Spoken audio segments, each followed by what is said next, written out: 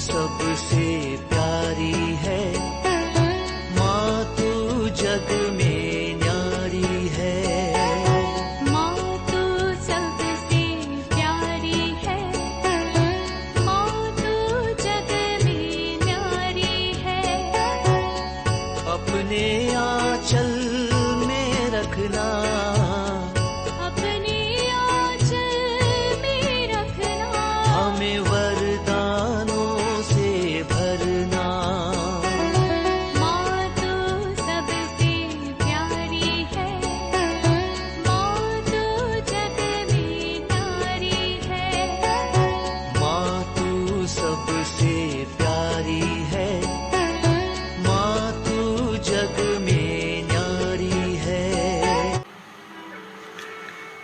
पिता, पुत्र और पवित्र आत्मा के नाम पर आमीन। आप सबों को जय यीशु। मेरे पास एक भाई ने एक सवाल किया, क्रिस्तियों के ऊपर इतना अत्याचार क्यों बढ़ते हैं? यदि संसार में देखें, जितना क्रिस्तीय लोगों के ऊपर अत्याचार चलते हैं उतना किसी अन्य धर्म के ऊपर नहीं होता है। इतने सतावट का, अत्याचार का क्या कारण है? हमारा प्रभु क्यों नहीं हम लोगों को बचाता है? सुनने के लिए एक सही सवाल है। यदि हम प्रभु के विषय में, ईश्वर के विषय में और हमारे क्रिस्तीय धर्म के विषय में यदि थोड़ा सा गहराई से पढ़ाई करेंगे तब इसका उत्तर अपने आप मिल जाते हैं। हमारे कैथोलिक कलीसिया का धर्म शिक्षा ग्रंथ 1730 1731 में ईश्वर मनुष्य को सृष्टि करने के बाद उन्हें स्वतंत्रता दिया है, ये लिखा हुआ है। मनुष्य की स्वतंत्रता में ईश्वर हाथ नहीं डालते हैं। ईश्वर मनुष्य की सृष्टि किया, हाँ, भलाई क्या है, बुराई क्या है, यह सब बता करके जरूर दिया, लेकिन उसको चुनने का, कार्य करने का जो अधिकार, वो जो स्वतंत्रता, वो फ्रीडम ईश्वर ने मनुष्य को दिया। इसलिए हो सकता है मनुष्य एक दूसरे के ऊपर आक्रमण कर रहा हो, जो निंदा कर रहा हो, मार डाल रहा हो, ईश्वर बीच में आकर के नहीं रुकाता है, क्योंकि मनुष्य की स्वतंत्रता, चाहे वो स्वतंत्र वो दुरुपयोग कर रहा हो, इस कारण इस संसार में पाप का जन्म हुआ। लेकिन ईश्वर ने जो स्वतंत्रता दिया है उसके ऊपर हस्तक्षेप नहीं करते। मुझे पढ़ने के लिए मिला है 2022 लास्ट ईयर में संसार भर में 5621 क्रिस्तियों को, वो क्रिस्तीय होने के कारण, क्रिस्त में विश्वास करने के कारण हत्या किया गया। 5621 लोग केवल एक साल 2022 की कहानी, वो जो लिस्ट है जो प्रकाशित हुआ उसमें पढ़ने के लिए मिला। और क्रिस्तियों होने के कारण, क्रिस्ती होने के कारण जो उठा करके लेके गया वो है 5259।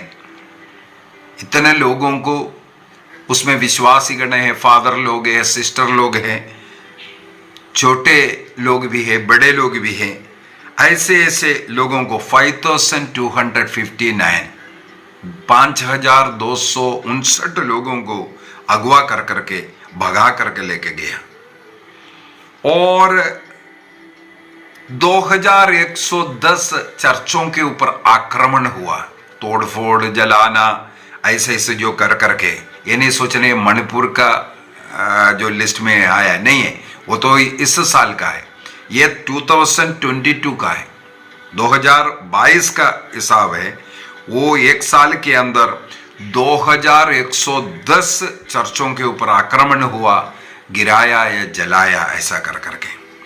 और अगला एक संख्या ऐसा है, 36 करोड़ लोग, 36 करोड़ क्रिश्चियन लोग, उनके ऊपर आज क्या होने वाला है, आक्रमण करेगा, उनको मार डालेगा, इस भय में जीवन जीने वाले। ऐसे कई इलाका है क्रिस्तीय होने के कारण उनके ऊपर आक्रमण इतना अधिक बड़ा है, डर भय के कारण जी रहा है। 36 करोड़ लोगों का हिसाब है उसके अंदर। ये केवल 2022 के जो आउटपुट है। 153 जो देश है, 153 देशों में क्रिस्तियों के ऊपर सतावट आक्रमण चलता है। 153 देश में क्रिस्तियों के विरुद्ध कोई ना कोई ऐसा पार्टी या ऐसा गुट जो है आक्रमण करने वाला देश है। हमारा भारत देश उसमें 10वें स्थान पर है। हर वर्ष हमारा जो भारत देश का जो स्थान है बढ़ोतरी होते जा रहा है। बढ़ोतरी माने 10 था, वो अभी 8 आएगा, ऐसा ऐसा कर करके उनका स्थान में जो बढ़ते जा रहा है। और प्रभु ईसा मसीह ने स्वयं कहा था क्रिस्तियों के ऊपर आक्रमण होने के विषय में। इसलिए कुछ बाइबल का वचन को भी पढ़ने के बाद उसके ऊपर मनन चिंतन करना अच्छा है। मत्ती का सुसमाचार उसके अध्याय 5, मत्ती का सुसमाचार अध्याय 5, जब प्रभु ईसा मसीह ने जो पहाड़ी संदेश दिया, वहां पर हम लोगों को मालूम है जो आशीर्वचन बोला है, उसमें वाक्य 10 को पढ़ना चाहूंगा। मैथ्यू चैप्टर 5 वर्स 10, धन्य है वे जो धार्मिकता के कारण अत्याचार सहते हैं, स्वर्ग राज्य उन्हीं का है। इसलिए हमें धैर्य के साथ सहना जरूरी है। हम क्रिस्तीय होने के कारण अपमानित करेंगे, निंदित करेंगे, प्रताड़ेंगे, हमारे धन चीजों को नष्ट करेंगे, तोड़फोड़ करेंगे, क्या क्या नहीं करेगा। कहते हैं धार्मिकता के कारण जो अत्याचार सहते हैं, स्वर्ग राज्य उन्हीं का है। किसी भी रूप में कोई जरूरी नहीं है मार डालना। देखो एक कार कुछ वर्ष पहले जब मैं खरीदा, उसके ऊपर मैंने ईसा मसीह का स्टिकर लगाया, जीसस नाम लिखा, Jesus I love you Jesus, ऐसे ऐसे जो स्टिकर हुआ रहा उसमें लगाया। तब कुछ लोगों ने मेरे को बोला ये स्टिकर मत लगाओ, यीशु का स्टिकर वगैरह मत लगाओ, आपका गाड़ी को खराब कर देगा। मैंने बोला अगर यीशु का स्टिकर दे करके गाड़ी खराब हो रहा है तो होने दो, मैंने नहीं हटाया। और आज भी मेरे गाड़ी में प्रभु का स्टिकर है और जीसस लिखा हुआ भी मिलेगा, आई लव यू जीसस लिखा हुआ भी मिलेगा। ये सब गाड़ी में चिपकाया हुआ है। कोई भी पीछे से आगे से आ रहे हैं उनको पता चलता है एक ईसाई का है।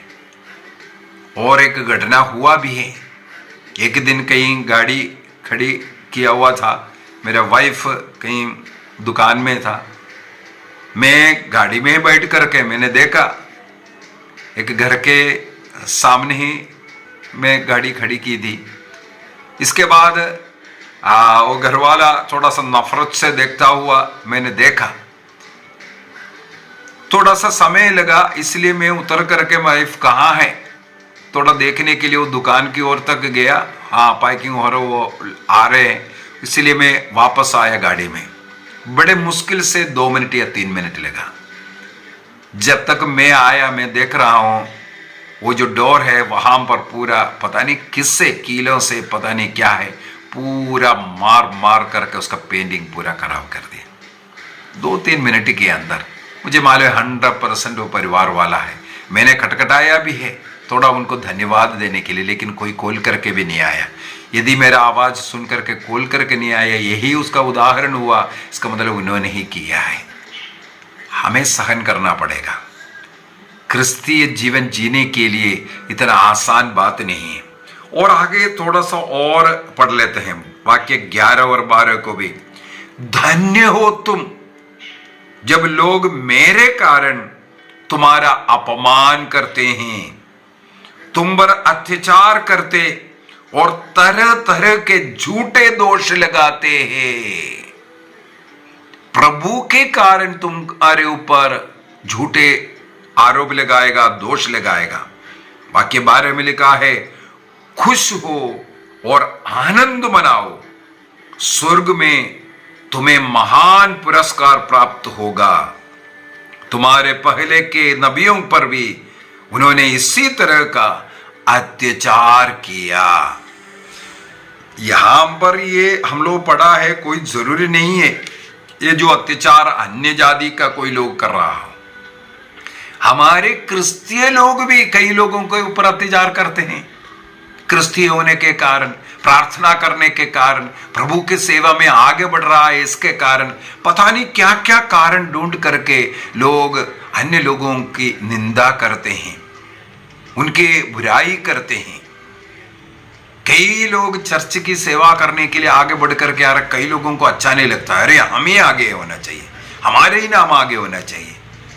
इसलिए जो कार्य कर रहा है, चुपचाप जो सेवा कर रहा है, उनको किस प्रकार नीचे गिराए, अपमान कराए, चुगली करना, फादरों को, सिस्टरों को, अन्य लोगों को बोल करके कई लोग इसमें दुखित होता है।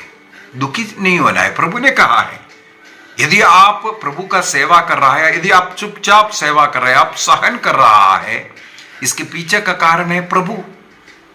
प्रभु के कारण आप यह सब कर रहा है। यदि आप प्रभु के कारण कर रहा है, आपको उसके द्वारा उसमें अपमानित तो होना पड़ रहा है, निंदा सहन करना पड़ रहा है, आपको खुश होने के लिए यहां पर बाइबल में वचन दे रहा है। प्रभु के कारण आपको कभी भी सहन करना हो, क्षमा करना पड़ रहा हो, यह दूसरों के लिए सेवा करते हुए आपके जीवन में नष्ट कष्ट कुछ हो रहा हो, इसका सबका पुरस्कार है। इसीलिए प्रभु कहते हैं तुम आनंद मनाओ, क्योंकि आपको इसके लिए फल मिलने वाला है। कैसे? आपको प्रभु से जुड़ करके सहन करना जरूरी है। आप क्यों सहन कर रहा है, क्यों क्षमा कर रहा है? क्योंकि मुझ में, मेरे हृदय में, मुझ में यीशु है। यीशु सहन करने वाला है। ईसा मसीह के उस कलवारी पीड़ा सहन के साथ मिलकर यदि आप सहन करोगे और आपके उस सहन को, आपके उस अपमान को, आपको जो दर्द सहन करना पड़ रहा है, लज्जित होना पड़ रहा है, उसको ईसा मसीह के कलवारी बलि में, उस अपमान में, उस दर्द में आप समर्पित करेंगे और उस दर्द को किसी अन्य अच्छाई के लिए, दूसरों के लिए आप समर्पित करेंगे, एक बलि माना जाता है। आप सहन कर रहा है मसीह के साथ, मसीह के बलि के साथ, वो एक बलि माना जाता है। ईश्वर के लिए समर्पित करने वाला सबसे उत्तम बलि ही यही है। प्रभु के कारण सहन करना पड़ रहा है, अपमानित होना पड़ रहा है, इससे बढ़कर के कोई बलि ईश्वर के लिए नहीं है। तो आपको करना है प्रभु के साथ जुड़ करके, ईसा मसीह के कारण मैं सहन कर रहा हूं। आपको कोई अन्य प्रॉफिट, अन्य फायदा वो ढूंढ करके नहीं, मसीह के कारण, मसीह के क्रूस बलि के साथ जुड़ करके करेंगे, आपका वो सहन, आपका वो पीड़ा एक बलि माना जाएगा।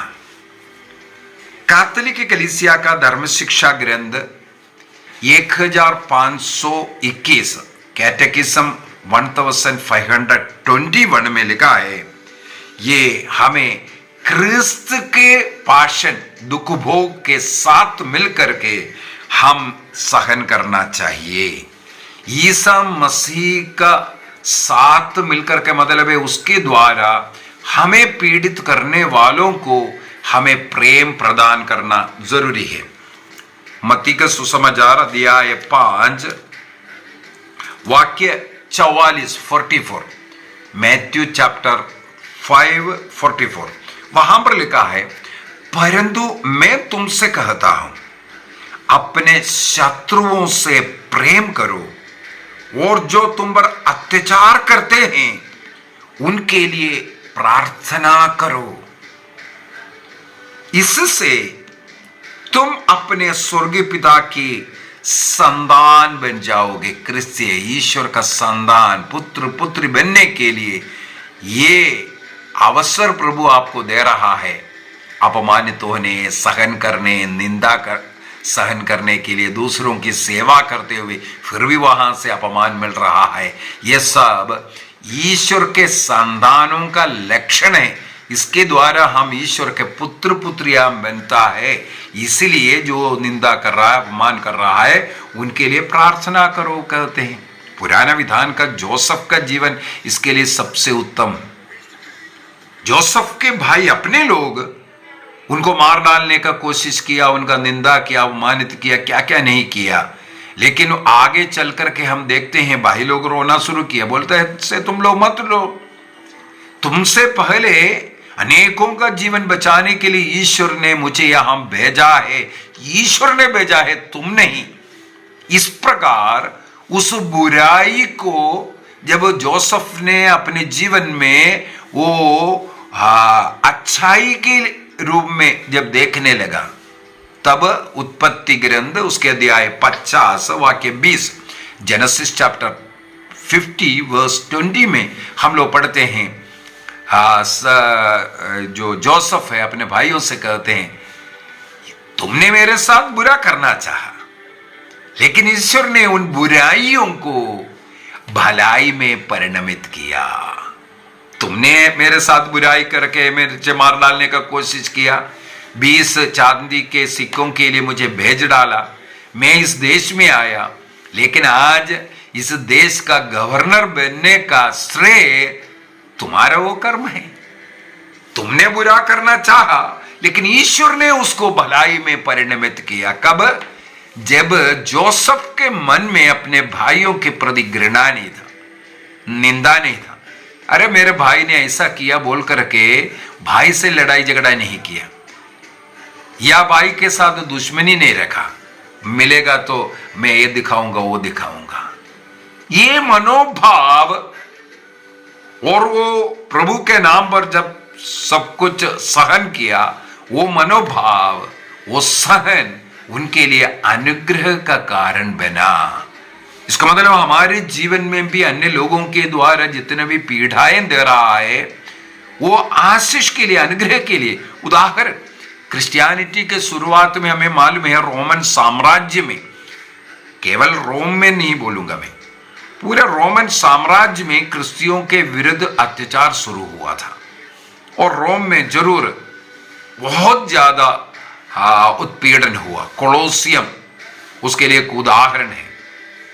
कोलोसियम में अनेकों क्रिश्चियों का रक्त बहाया है, जंगली जानवरों का भोजन बनाया, उबलते तेल के अंदर क्रिश्चियों को पकड़ कर डाला।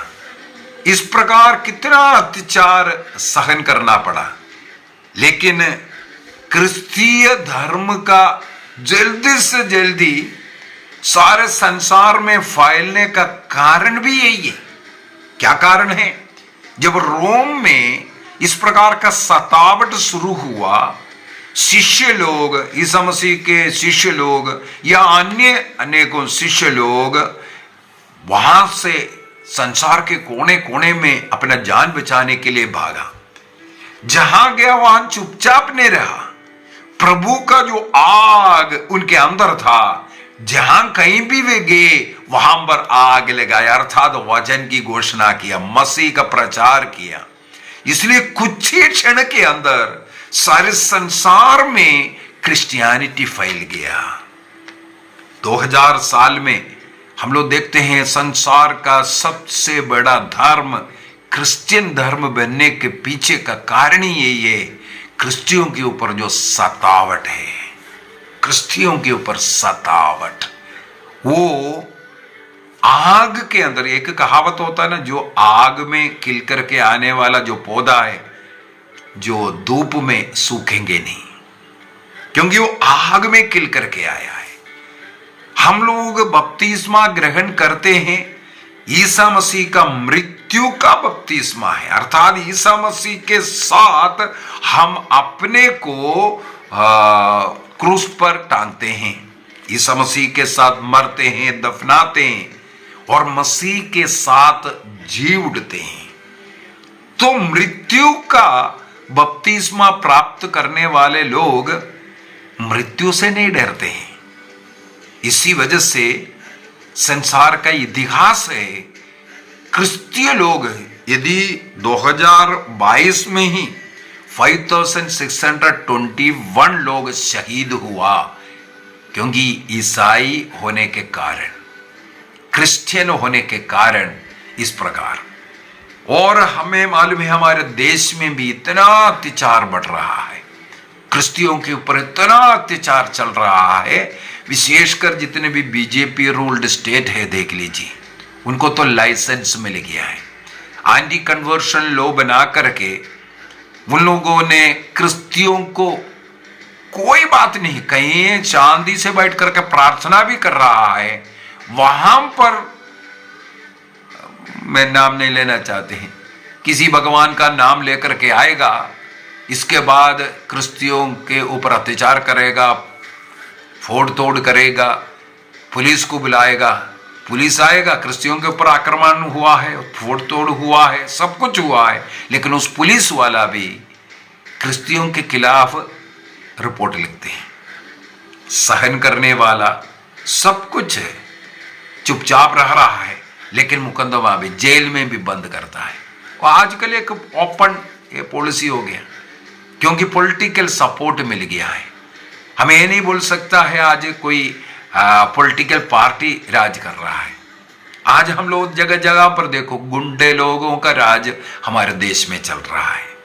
चाहे मध्य प्रदेश ले लो, कितना घटना एक के पीछे एक हुआ, जबलपुर धर्म प्रांत में, झाबुआ धर्म प्रांत में, जो लोग सोच नहीं सकता, ऐसा आरोप लगा करके उनको जेल डाल रहा है।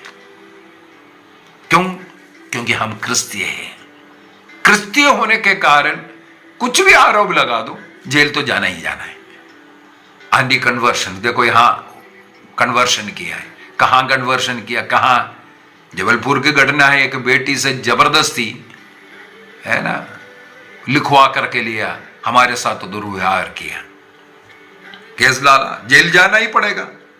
बेटियों के साथ स्कूल में दुर्व्यवहार हुआ, जब कोर्ट पहुंचा, हाई कोर्ट पहुंचा, वो बेटी स्वयं बोल रहा है मेरे से ऐसा लिखवा कर लिया, मेरे साथ कुछ नहीं हुआ, ये लोगों ने जबरदस्ती हमसे ले लिया। ये आरएसएस है, विश्व हिंदू परिषद है, यही तो कार्य कर रहा है। जगह जगह जाकर के इस प्रकार, क्योंकि उनको कुछ इनकम मिल रहा है, कुछ तोड़ फोड़ कर दो, कुछ डरा दो, ये सोच रहा है हम कुछ ये किया है।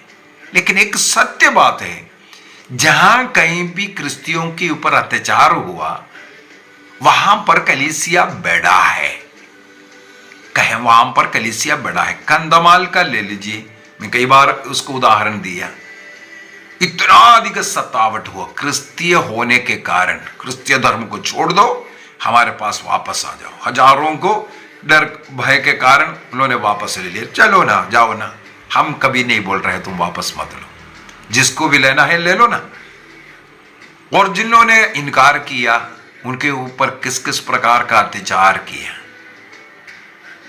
क्या इस कारण या 1000 लोग या 2000 लोग क्या बोलते हैं घर वापस ही हुआ, इस कारण वहां का क्या क्रिश्चियनिटी में कम हुआ?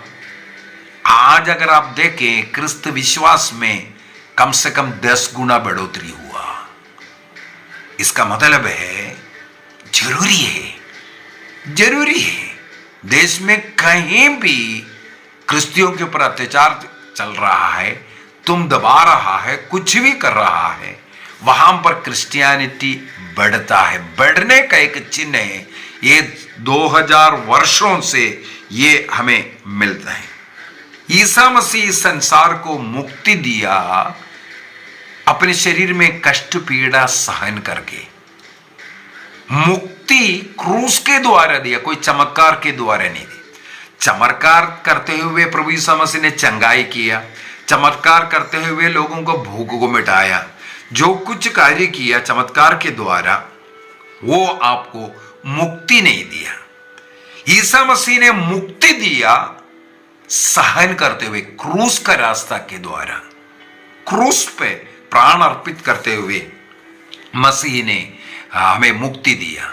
इसका मतलब है यदि हमारे जीवन में कुछ कष्ट पीड़ा आ रहा है, ये हमारे लिए अच्छाई के लिए है। बाइबल के अंदर अनेकों वचन ऐसे हम लोगों को मिलता है कि ये हम लोगों को आशीष के लिए, फायदा के लिए करके। कैथोलिक कलीसिया का धर्म शिक्षा ग्रंथ कैटेकिज्म ऑफ कैथोलिक चर्च 1499 में लिखा हुआ है, इस प्रकार का सतावट सहन करते हुए हम अपने को पवित्र कर रहा है, प्यूरिफिकेशन कर रहा है, और इस प्रकार हमारे जीवन में एक रूपांतरण भी होता है, और ये हमें हमारे क्रिश्चियन वर्च्यूज में बढ़ने के लिए सहायक बनता है, और हमारे विश्वास में मजबूती आते हैं। हमें मालूम है अनेकों लोग मरने के लिए तैयार हुआ, लेकिन प्रभु के खिलाफ जाने के लिए तैयार नहीं है। कई क्रिस्तु भक्त लोग, मुझे मालूम है कई देश के अनेकों जगहों पर क्रिस्तु भक्त लोग हैं। मेरे विचार में वे लोग जितना सहते हैं उतना हम लोगों को सहन करने की जरूरत नहीं पड़ रहा है। कोई क्रिस्तु में आते ही उनको उसके गांव वाला या उनके अपने रिश्तेदार लोग, एक हाल ही में एक बहन मेरे को फोन करके बोल रहे थे, हम जब से प्रभु में आया है हमारे रिश्तेदार लोग घर में उनका शादी हो रहा है, शादी में हमें नहीं बुलाते हैं, और वे लोग उल्टा पूछते हैं तुम्हारा बेटियों का अभी शादी कैसे होगा, किससे होगा, ऐसे ऐसे सवाल भी करते हैं। और ये बहन कहते हैं मेरे बेटियों का अगर शादी हो या ना हो उसमें हमें कोई चिंता नहीं, लेकिन हम प्रभु को तो नहीं त्यागेंगे। प्रभु को त्याग करके हमारे बेटियों को हम शादी नहीं कराएंगे। देखो कितना अच्छी बात है। और वो पूछते हैं यदि यीशु मसीह में मैंने विश्वास किया, क्या वो प्रभु हमारे बेटियों का शादी नहीं कराएगा? कितना अटल विश्वास। उसी प्रकार कुछ वर्ष पहले कहीं मैं गया हुआ था रिट्रीट के लिए, वहां पर इसी प्रकार एक माँ बेटी आए मेरे पास। वो माँ बेटी इतना अधिक प्रभु में विश्वास करते हैं। क्या कारण है? ये बेटी मेरे ख्याल में 14-15 साल की उम्र में उनको कुछ ऐसा बड़ा बीमारी हुआ, अनेकों डॉक्टरों के पास इलाज करवाया, कोई लाभ नहीं है। इस प्रकार दुख तकलीफ में गरीबी में रह करके उनके इलाज लाखों रुपया खर्च किया बोलता है, लेकिन उनका जान बचाना बड़ा मुश्किल था। तब किसी ने इनसे कहा तुम फलाने जगह पर जो प्रार्थना सभा है वहां लेकर के जाओ, प्रभु उन्हें चंगा करेगा। और ये से बहन अपने बेटी को लेकर के वहां के चंगाई सभा में गया, प्रार्थना करने के लिए गया। वहां बैठ करके प्रभु ईसा मसीह के विषय में वो सीखा, ईसा मसीह के बारे में सुना। इनको पता चला सच्चा ईश्वर ईसा मसीह है, मेरे लिए मरने वाला, मुझे पाप मुक्त करने वाला। और वो अपने मन ही मन में ईसा मसीह को अपना मुक्तिदाता के रूप में स्वीकार किया, ईश्वर के रूप में, प्रभु के रूप में वह स्वीकार करते हैं।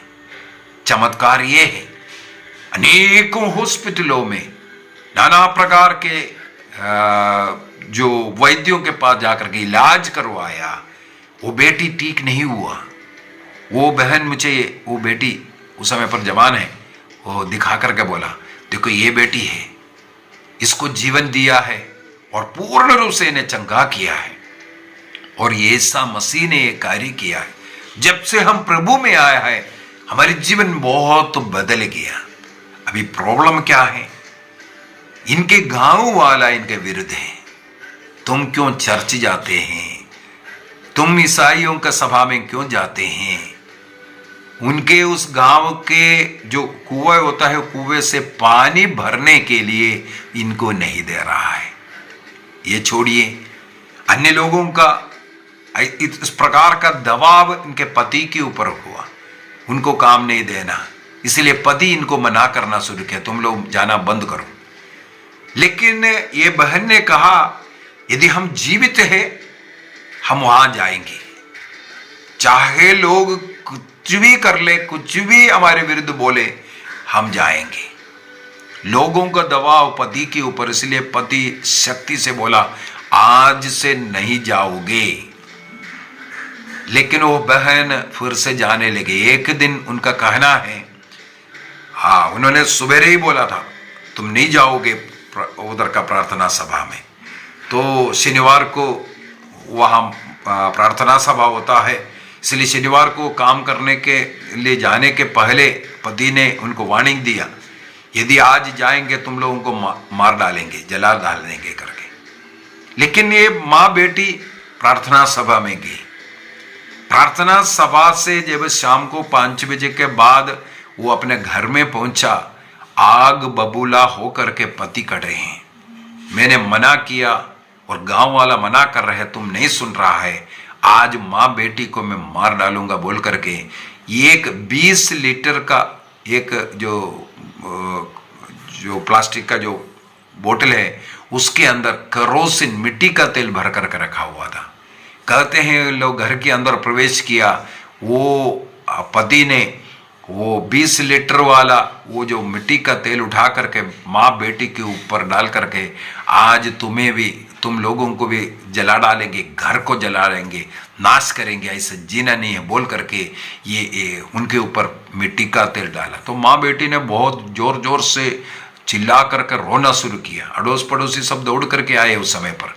ये आदमी माचिस उठा करके एक एक तिल्ली जलाने के लिए मारते गया, लेकिन तिल्ली नहीं जल रहा था। कहीं तिल्ली उठाया, जलाने का कोशिश किया बोलता है, लेकिन तिल्ली नहीं जला। तब तक अड़ोस पड़ोसी सब आ करके इन माँ बेटी को घर से बाहर निकालते हैं, उन्हें पानी डाल करके साफ सब करते हैं। और यह उस बहन का कहना है, जब मेरे से ये कहा, उसे कई महीने पहले की घटना है, तो बोल रहा है यीशु ने ही हम माँ बेटी को वहां पर भी बचाया। उसने माचिस उठाया, बार बार जला रहा था, लेकिन नहीं जला, माचिस का तिल्ली नहीं जला, क्योंकि यीशु ने जलने नहीं दिया। हमें वहां पर मृत्यु से बचाने वाला यीशु है, इसलिए यीशु में हमारा विश्वास और ज्यादा अधिक बढ़ गया। चाहे दुनिया हमारे विरुद्ध हो जाए, लेकिन हम प्रभु के विश्वास से पीछे नहीं हटेंगे। इस पर कितना गवाहियां हमें मिलेगा। वे क्रिस्त में विश्वास किया, इस कारण उनको दिक्कत, कष्ट, पीड़ा आ रहा है। कैथोलिक कलीसिया का धर्म शिक्षा ग्रंथ 1522 में 1522 में हम लोगों को पढ़ने के लिए मिलता है। इस प्रकार प्रभु के नाम पर जितना भी सफरिंग हम लोगों को सहन करना पड़ रहा है, उसको प्रभु के लिए एक बलि के रूप में उसको अर्पित करना चाहिए। बलि के रूप में उसे अर्पित करना है। जब हम इस प्रकार बलि के रूप में अर्पित करेंगे, प्रभु का अनुग्रह आशीष हम पर और हमारे परिवार पर आते हैं। तो यदि हमारे ऊपर कोई निंदा कर रहा है, अत्याचार कर रहा है, हमें इसमें निराश नहीं होना है, हताश नहीं होना है, बल्कि इसके द्वारा प्रभु हमें आशीष दे रहा है। इस मनोभाव को हमें बदलने की जरूरत है। फिलिपियों का पत्र अध्याय 2:5 में प्रभु का वचन हमें सिखाते हैं, आप अपने मनोभाव को ईसा मसीह के मनोभाव से बना दो। ईसा मसीह का मनोभाव जिस प्रकार था, उसी प्रकार का मनोभाव बनाओ। सहन करने के लिए हमें अपने को विनम्र बनाना है। ईसा मसीह ने अपने को शून्य बनाया, आज्ञाकारी पुत्र के रूप में मृत्यु तक वो सहन करता रहा, दूसरों को क्षमा करता रहा, दुश्मन के लिए प्रार्थना करता रहा। वो मनोभाव हमें अपना मनोभाव बनाने की जरूरत है। इसका यह भी मतलब नहीं है तुम चुपचाप आंख बंद करके सहन करते रहो। ये भी गलत स्पिरिचुअलिटी है। जो निंदा कर रहा है, जो अपमान कर रहा है, उनसे हम पूछ भी सकता है, हमने यदि कोई गलती किया तो वो बता दो। ईसा मसीह को थप्पड़ मारने वालों को प्रभु ने पूछा, तुम क्यों थप्पड़ मारा है? यदि मैं कोई गलती किया तो गलती तो बता दो। यदि मैं गलती नहीं किया तो क्यों मार रहे हैं? हमें भी इस प्रकार पूछने का हक है, पूछना चाहिए। यदि हम निर्दोष होकर के हमारे ऊपर अत्याचार कर रहा है, जबरदस्ती पकड़ करके केस डाल रहा है, जेल में बंद कर रहा है, मार रहा है, हमारे वस्तुओं को तोड़फोड़ कर रहा है, हमें पूछने का अधिकार भी है। हमने क्या गलती किया उसको तो बता दो। गलती किया तो हम सुधार लेंगे, गलती नहीं किया तो क्यों मारते हो? हम प्रभु में विश्वास करने का, हमारा विश्वास को दूसरों को सुनाने का, सिखाने का हमारे देश हमें अधिकार दिया है।